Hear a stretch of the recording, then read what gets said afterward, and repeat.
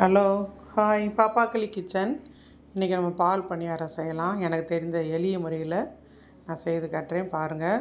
தேவையான பொருள்: 1 டம்ளர் பச்சரிசி, 3/4 டம்ளர் உளுந்தம்பருப்பு, பால் 2 டம்ளர் தண்ணி ஊற்றி காய்ச்சினது, ஜீனி, 3 டம்ளர் தண்ணி எடுத்து வச்சுக்குவோம். அரிசியை நல்லா 1.5 மணி நேரம் அரிசியும் பருப்பையும் சேர்த்து களைஞ்சி 1.5 மணி நேரம் ஊற வச்சாச்சு. அதை தண்ணியை வடிச்சிட்டு ஜாருக்கு மாற்றிடுவோம். நல்லா மையாக அரைச்சிருவோம். அரைச்சி எடுத்தாச்சு. நல்லா இரும்பு வடைச்சட்டியை நம்ம அடுப்பில் வச்சு ஆயில் ஊற்றிடுவோம். நல்லா சூடான உடனே மீடியமான ஸ்டவ்வை குறைச்சி வச்சிடலாம். நான் கையாலே மாவை எடுத்து எண்ணெயில் போடுறேன். அதுக்குள்ளே பக்கத்தில் சூடான சுடு தண்ணீர் வச்சுருக்குறோம். பால் காய்ச்சி சீனி போட்டு வச்சிடலாம். பணியாரம் பாருங்கள். இப்போ நான் பார்த்துட்டே இருங்க.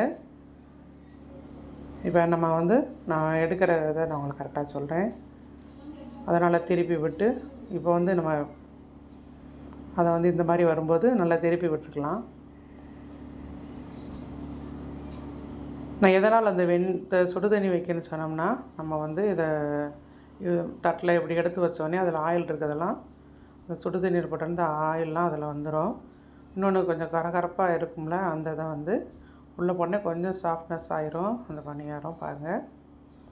அது ஒரு 5-6 செகண்ட் போட்டுட்டு அப்படியே நம்ம எடுத்துடலாம். அதிலிருந்து எடுத்து நம்ம ஏற்கனவே காய்ச்சி வச்சுருக்கிற ஜீனி போட்டு வச்சுருக்கிற அந்த பாலில் இந்த பணியாரத்தை உள்ளே போட்டுடலாம். பாருங்கள், இந்த மாதிரி பண்ணோடனேவும் நல்லா இருக்கிற எல்லாமே எடுத்து இதில் போட்டுருவோம். நல்லா ஜூஸியாக நல்லா உறிஞ்சிக்கிடும். 2 நிமிஷம் கழிச்சோன்னே எடுத்து நம்ம பவுலில் மாற்றிடலாம். 2 நிமிஷம் வரைக்கும் அது பாலில் இருக்கட்டும்.